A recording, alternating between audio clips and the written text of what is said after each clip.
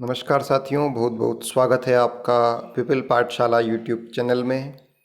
दोस्तों, आज के इस वीडियो में हम अनुप्रस्थ काट विधि पढ़ेंगे। शिक्षा मनोविज्ञान की विधियां पढ़ रहे हैं हम। इससे पहले वाले वीडियो में हमने कालानुक्रमिक विधि पढ़ी है।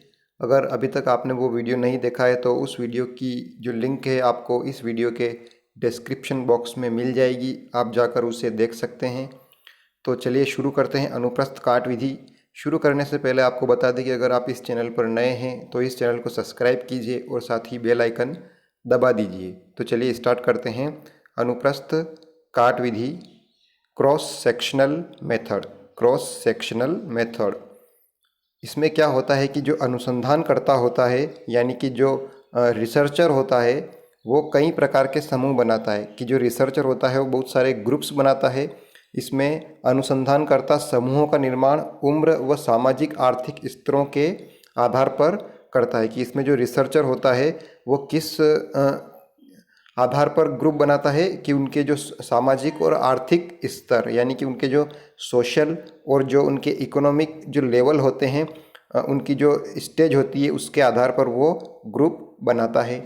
इन सभी समूहों का अध्ययन एक समय में एक साथ किया जाता है।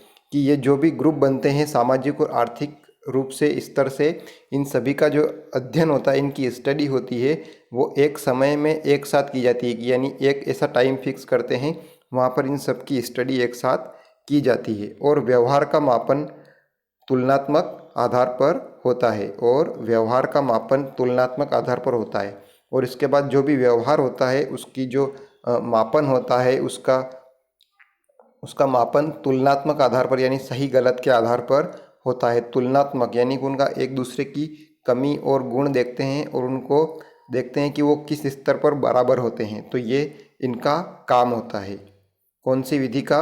अनुप्रस्थ काट विधि का। ठीक है दोस्तों, उदाहरण एक एग्जाम्पल देखते हैं। एक शिक्षक 4th, 8th और 12th के छात्रों के आत्मसम्मान का अध्ययन इस प्रकार से करता है कि वह तीनों ही कक्षाओं के छात्रों का समूह बनाकर एक साथ आत्मसम्मान का अध्ययन एक बार में कर निष्कर्ष निकालता है। कि जो एक टीचर होता है वो 4th कक्षा, 8वीं कक्षा और 12वीं कक्षा के छात्रों का आत्मसम्मान का अध्ययन इस प्रकार से करता है कि इन कक्षाओं के छात्रों का जो आत्मसम्मान होता है, सेल्फ स्टीम होती है, उसकी स्टडी कैसे करता है। कि वह तीनों कक्षाओं के छात्रों का एक ग्रुप बना लेता है, तीनों का, 4th, 8वीं और 12वीं का, और एक साथ आत्मसम्मान का अध्ययन एक बार में करके निष्कर्ष निकालता है। इन सब का ग्रुप बनाकर उनके जो सेल्फ स्टीम का जो स्टडी है वो करके, और वो निष्कर्ष यानी कि जो रिजल्ट होता है वो निकालता है। इस उपागम की समकालीन उपागम तथा प्रतिनिध्यात्मक उपागम भी कहा जाता है। कि जो ये उपागम होता है, ये जो क्रॉस सेक्शनल मेथड होता है, जो अनुप्रस्थ काट विधि होती है, उसमें क्या होता है कि जो समकालीन उपागम यानी कि इसके समय के जो भी विधियां होती है उसमें प्रतिनिध्यात्मक उपागम भी कहा जाता है। उन सभी विधियों का प्रतिनिधित्व करता है, लीडरशिप करता है कौन? ये जो उपागम होता है, ये जो विधि होती है। ठीक है।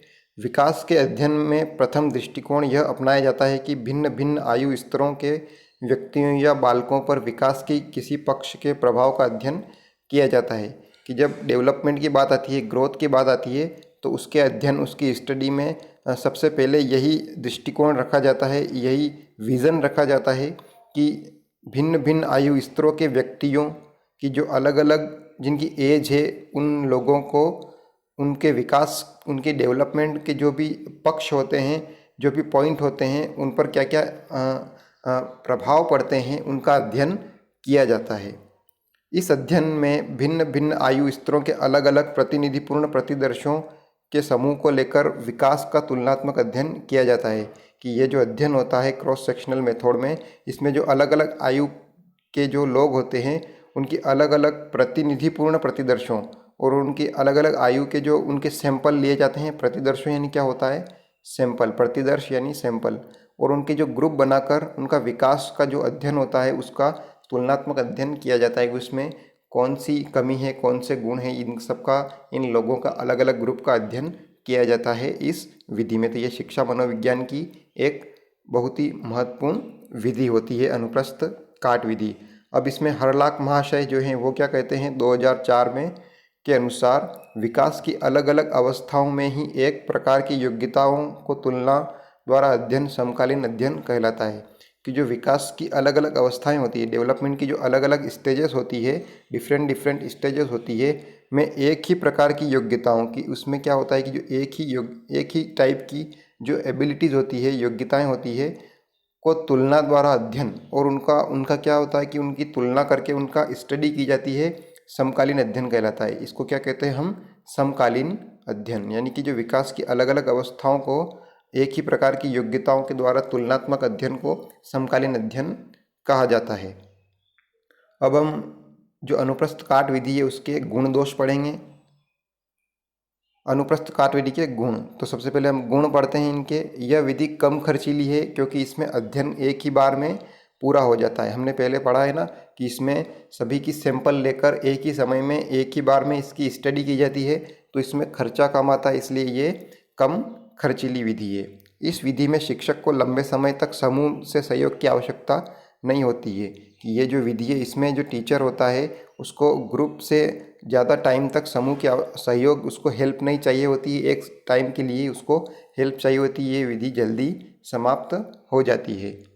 आंकड़ों को लंबे समय तक संग्रह करने की आवश्यकता नहीं होती है। जो डाटा निकलता है अध्ययन से उसको लंबे समय तक संग्रह यानी कि उनको सेव करने की ज़रूरत नहीं होती है। इस विधि में समय कम लगता है। ये जो विधि इसमें टाइम कम लगता है क्योंकि समूह एक ही बार में अध्यापित कर लिया जाता है, क्योंकि पूरा समूह बनाकर उसको एक ही बार में उसकी स्टडी कर ली जाती है। अब इस विधि के दोष पढ़ेंगे हम। सबसे पहला दोष है, इस विधि से छात्र के व्यवहार तथा विकास में होने वाले परिवर्तन को न तो ठीक से मापा जा सकता है और न ही अध्ययन किया जा सकता है। कि ये जो विधि होती है इसमें जो स्टूडेंट का जो बिहेवियर होता है और उसके जो विकास में जो उसके चेंज होता है, ग्रोथ में जो चेंज होता है, बिहेवियर और ग्रोथ में जो चेंज होता है उसको ठीक से समझा नहीं जा सकता है और न ही उसको स्टडी किया जा सकता है, क्योंकि इतने कम समय में इतना काम नहीं हो सकता है।